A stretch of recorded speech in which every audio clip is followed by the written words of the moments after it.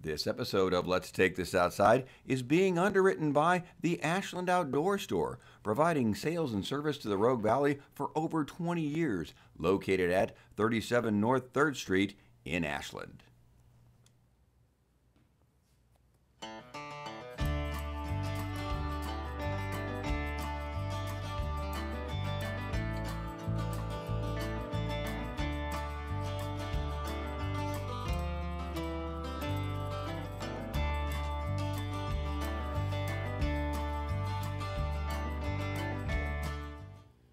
Greetings, trail people. Jim Falkenstein from ashlandtrails.com with another episode of Let's Take This Outside, where we go on a video tour of a local trail and I try to drop some knowledge on you, some secret stuff that maybe the man doesn't want you to know about. This week's trail is going to be the White Rabbit Trail. I think everybody knows where that one is. That's a pretty popular Ashland trail. The trail obviously named after the Jefferson Airplane song, White Rabbit. Actually, it was named for the character in Alice in Wonderland. Alex, you're confused. The Jefferson Airplane song did have a 10-foot-tall woman named Alice, but that was in the song. Jim, the trail and the song are based off Lewis Carroll's book, you know, Alice in Wonderland. Okay, Alex, let's follow the timeline, okay? Jefferson Airplane wrote this song, White Rabbit. Then later, somebody named this trail White Rabbit.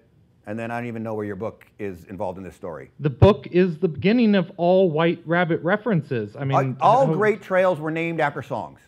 Okay, like what? Like Happy Trails, Roy Rogers, Happy Trails. What trail is named after? Every trail. All trails are happy. That's every trail. The White Rabbit Trail was named after the White Rabbit character in the Lewis Carroll books. It was named after a song. Which was named after the character? You know, Alex, when you start screaming, you've lost the argument. I think you and I should take this outside. Traveling music, please. Oh, yeah. It's like that. Oh, it is like that. This way. Oh, there we go. Alex, I brought somebody here today who knows more about the White Rabbit Trail than you and I combined. My good friend, Mike Reinert. Hey, Jim. Mike, good to see you. Mike, of course, from the Ashland Outdoor Store. Ashland Outdoor Store. Now Mike, let's go back to some Ashland Outdoor trivia. Let's say I don't believe you work at the Ashland Outdoor Store, and you're just a guy in a blue Ashland Outdoor Store vest. Okay. What can you say about the Ashland Outdoor Store that proves you work there? Let's see here. We are finally getting our 1% for the Rogue Valley program squared away. So now we have a whole list of nonprofit community partners where we'll donate 1% of your purchases directly to on your behalf. I have no idea what that program is, but the fact that you know that and I have no clue what you just said probably means you work there. So yeah, the Southern Oregon Land Conservancy, KS Wild, the Rogue River Keepers, there's all these really great local community nonprofit organizations that work to keep our wild spaces, you know, free and usable by the public and keep people aware of the issues, you know, like facing a lot of our local public lands and whatnot. Well, so if I buy anything there, 1% goes to whoever I pick from your list? You have a list, so you got a list. Yep. And every time I buy something, I check on the list. I go, give money to KS Wild today. And then I'll go, I'm only spending $20. Give some of that money to John Muir School. John Muir School, yeah. Lomacatsi, yep, exactly. Yeah, all those, they're all local people that are doing stuff nearby. Exactly. So I am paying for this entire part of the country to be kept nice outside by buying stuff at your store. That's right. Wow. Maybe not all of it, but yeah. Yeah. You're helping. Every little bit helps. I got to go buy more stuff there. Totally, we encourage that. All right, so this is all part of a marketing trick. So you guys, I see your game. Okay, let's say, all right, now we're talking about the White Rabbit Trail. Ooh, that's a really pleasant one, very pretty. Yeah, I mean, it's for everyone. I know everyone knows the White Rabbit Trail, right? It's a very popular trail for Ashland. Right. Do you? Would you recommend bringing a picnic lunch on that trail? No, because there's not too many good spots that would be picnic friendly. There's there's no meadow. There's one bench on the I guess the eastern side of the trail, so the side closer to Park Street. Yeah, there's the one right at the top. Yep, exactly. Or the connector there. But you're right. You need like And there's no, I guess there's no rocks. There's a good rock is a good place to picnic. Yeah, there's no flat spots. You're kind of in the woods, kind of through the rolling hills, along the side of the ridge there. So you were focused on the hiking, the biking, walking, none of this lollygagging and eating is what you're saying. Yeah. Well, it's one of the few trails in our Ashland watershed that on that side, kind of closer to Park Street, you actually get some really good vistas of actually the city of Ashland. Yeah, that is true. It is, and it's a different view than you normally would imagine to get. Exactly. All right, so no, you cannot bring any food up on White Rabbit Trail, people. It's according to Well, you could bring. Let's Go Mike says Definitely bring some snacks. I mean, a snack. You should always have a lozenge or a a Jolly Rancher, something to keep the whistle wet. Who has a lozenge as a snack, Mike? What is that? What is that? It's a horrible snack. Well, there are these things out there called cliff shot blocks, and they're like condensed hummingbird food that you can, suck on or chew. Because of the arduous 4 miles on White Rabbit, you need it can get kind of warm in the summertime. You got to hydrate and got to replace some of those electrolytes. All right, so replace electrolytes. Obviously, we talked last week about not bringing too much water. And yeah, again, there's no water on this trail, so you're going to want to bring some water. Oh yeah, that's right. So, but you know what? There's a lot on this trail. The dogs. A lot of people there bring their dogs up there, right? Yes, it's a very popular walking and biking trail. Biking and dogs. And it's one of the few trails in Ashland where there's not. It's like a traverse, so there's like a little bit of up and downhill, but there's not like sustained uphill sections, and there's not sustained downhill sections. I guess that's true, right? There's really just right in the middle. There's just that one little. There's no in between, really. Yeah, you're either going up or down, but you're never always going up or always going down. But you're not going flat ever. Right. Like maybe a second. That's why it makes it so much fun. And you're in the forest. You are in the forest, and you're on other side. One side of the forest, like east facing, and the other is west facing. So it's a little different ecosystem. Yep, exactly. Right, microclimates, I believe they're called, right? Yeah. Something like that. All right. So let's see. So would you say that it is more mountain bike trail or more hiking trail, or you go? Ooh, or are you going to split 50-50 and be non-committal on me?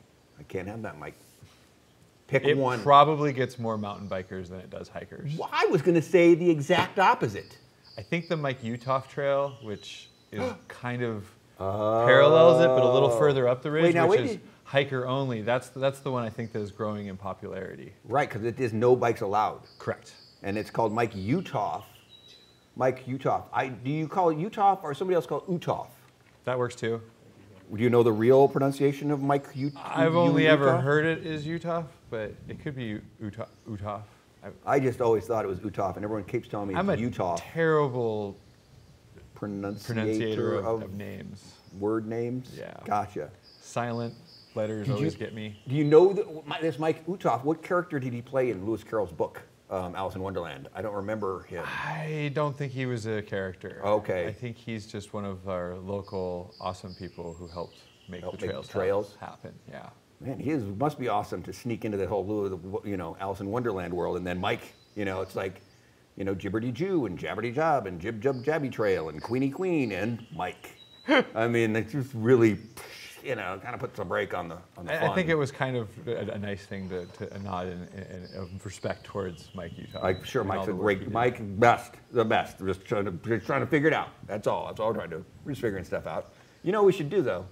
I think about the time we watch this trail, like we like to do, we like to put the video up. Yeah, my favorite part. Yeah, and then Mike and I are going to chat it up and say, hey there, there we are. Cool. Now this is at the Ashland Loop Road end right there. Nice. Now that's just a bench. But that's a view from, I think, more towards Park Street. Yep, that's the side I was talking about that had the view. That's kind of an average kind of slope. Yeah. You'd be hiking there. The forest is real pretty. Okay, here's how I get there. You go through town, turn right on Gresham, you're heading towards, like at the library there, and you go uphill. And I like this is going to, you turn right on Holly, you turn left on Terrace. Terrace hits that's the Crowson Reservoir or whatever, hits the Ashland Loop Road. Yep. And then this is tricky if you've never gone up here. Morton hits right here, and then behind this fence to the right, that's the Ashland Loop Road, is up this way. So if you've never been, you're gonna go, I think I'm lost. And then all of a sudden, bingo. Here you are, you win. 1 mile of dirt road. That's not a bad road. It's not, but it is a single lane. If you're a city person, you gotta remember, you gotta take turns passing each other. Just go slow. Yeah. You wanna go slow anyways, because the dust might be unpleasant for anyone walking the road. Yeah. And there you go. On the left is the beginning at Ashland Loop Road. The top is Park Street, and the right is Ordson Todd. Yeah, there's a fun little waterfall in there. There is, when there's water in it. It's when there's fun. water in it, yeah. And this is kind of like the top of Park Street. No, wait. This is Ashland Loop Road. Yep, and this is the actually, White Rabbit parking lot. Yeah. The signs are a little confusing right there to get to yeah, you the just White got to Rabbit. walk a ways up the hill. And they'll be like right there. And then, speaking of confusing, there's all the little mini trails, right? There's the March Hare, the top Hatter, and the Mad Macab, and Cheshire Cat, and Looking Glass. But they all come back. They just like go for like a second. Yep. Well, the mountain bikers like having variability in their trails, so some of those are much more challenging mountain bike trails, and I have to admit they're probably not that fun to walk. No, they're dumb to walk. This one's fun. That's a fun riding one. You can tell. Those aren't footprints. And this is Queen of Hearts, which is above the White Rabbit, and there's a fence up there. It's like a little loop that goes across the top, and it's. Yeah, I think that's someone's backyard. No, it's secret. Oh, there's the bench. That's the big bench. Everything meets there. Queen. That's the Queen. This is coming down the Red Queen Trail. Yeah, and be careful. There's poison oak up there, so there's poison oak everywhere. Stay on that trail for certain. I think poison oak might be conspiracy. I don't think there's any poison oak at all. Just the government trying to keep us from going off trail. Well, it is a natural addition to our beautiful Southern Oregon. It is. It is. Yeah, there's the Mike Uthoff Trail. There it is, yeah. That's the one that goes right next to it. So it kind of crosses sometimes, and it kind of comes back and meets it, and sometimes it doesn't meet it. And now we're looking at, I don't even know what that one is. That's still White Rabbit. That's still White Rabbit. But look, there's a couple of benches on the way down towards Park Street. Yeah, this is down towards Park Street. This is the junction. It's a real. You don't get that view. That would be, I guess, one place you could picnic. If you wanted to have a little picnic, I guess you could do it there. Oh God, there's the bottom of Looking Glass comes down and connects. And I don't know about you, but I always like trails that get covered in fun leaves, like I love it better than like this stuff, which is just. I don't like the dust. It's a bit nasty. This is Cheshire Cat down here. Oh, yeah, there I am. Oh, this is the end of Park Street, where it dead ends right to here. Yep, and then that's all paved up to the top, up to the bench. Right. Well, you have to park here. And then walk up. Walk up, yep. And then you hit that, and then you walk up past that. You're still on. This is really still the end of Park Street. Yeah, and this trail is actually really fun early spring when it's all wet and green. Everything's better in early spring. And this is me down at that Ordson Todd intersection. Nice. Yeah, that's a cool little spot. They've got that signboard. Basically, Park Street dead ends into here. That must have been a pretty warm day. That was a warm day. Well, I ran this from the other direction. Oh, like you were a knucklehead. running. Yeah. I ran it because it's faster if you run than if you walk. I don't know how you like to run and walk, but usually when I'm running, then the trail's over much quicker than if I were walking. I like walking very slowly. Really? Yes. But mountain biking. It's kind of fun. Fast. But I like to go slow doing that too. Right. So which direction do you like to go on the White Rabbit Trail? Do you like to start at Park Street and then come up and then go from there? Or do you if like I were walking, I think I would do Park Street and walk towards town. But if I were mountain biking or just wanted a different perspective, wanted to start in the trees and have less vistas, then I would probably start at the White Rabbit parking lot above, at the top of Ashland Loop Road. That's a pretty good call. I would say, but then Ordson Todd, which starts over near Tolman Creek over there. Yeah, if you got kids or youngsters with you, that might be a good place to start, and then maybe you just walk a little ways down the White Rabbit until people start getting tired. Too hot. Too hot. Yeah, that side is a little hotter. Time for lunch. But you can't eat lunch on the trail, Mike. We already discussed this. You got to go unless you hit that one bench. We can eat. You can eat lunch at the one bench that Mike allows. Hey now. Huh? You can eat anywhere you want, but yeah, that's the one place I would pick. Yeah, sorry. All right, so Ordson Todd is like a different trail. It's a different trail, but it's right. Yeah, if you're starting on that south end or that eastern side, it could be a really fun place to hang out for got a little few creek. hours. Yeah, creek, got a little waterfall, and I'm going to tell you this though, it's a dumb name. I don't know who Ordson Todd is, but it's hard to say. It's harder to say than Mike Uthoff. So did they name the trail Ordson Todd just so the Mike Uthoff wouldn't be as hard to say? I think they're all named for really awesome people who helped make our Ashland watershed as awesome as it is today. And you can mountain bike from there and cut through, but there's a lot of like no mountain biking allowed. You have Around to it. hike Yeah. right around it. So that's a good, you're right, it's a good place for kids. Yeah. All right, let me ask you, speaking of this conspiracy to pretend that there's poison oak everywhere, can you just hike off trail? Because it seems like sometimes I look from a trail where I'm at, I'm going, hey, I want to go down there. I should just go, and I probably could get to where I'm pointing. You probably could, but in really popular hiking spots, it's important to preserve the natural setting, and partly how you would damage that local area is by going off trail, because you're going to create natural. By creating new trails, you're going to create places where erosion can eat away and ruin the understory and kind of mess up the atmosphere for other people. So like the White Rabbit Trail.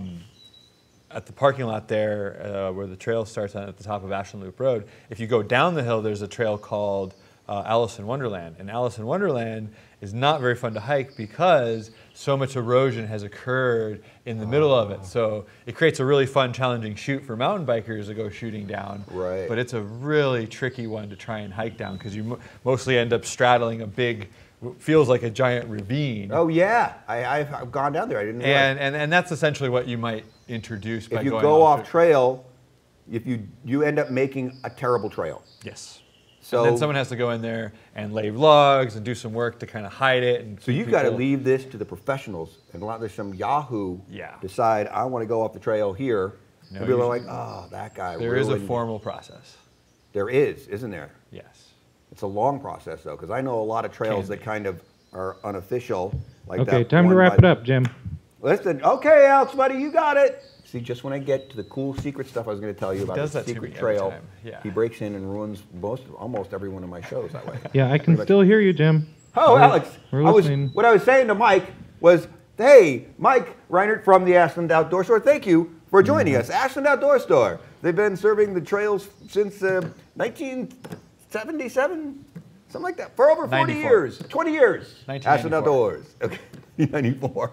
All right, and you can always get more trail info at ashlandtrails.com. And I think we figured out that white rabbits were around before this trail, before this song, or before the book. And so maybe we're both wrong. Yeah, the trail was named after the character in the book. That's not really in question. I mean, I think he's right. I was trying to be gracious and say neither of us were right. But do the you truth even is you were read wrong. books, Jim? Books take weeks to read, and movies only take 2 hours to read. So only an idiot would read a book. Okay, there cut go. his That's mic. math I'm right sick there. of listening. I don't know if you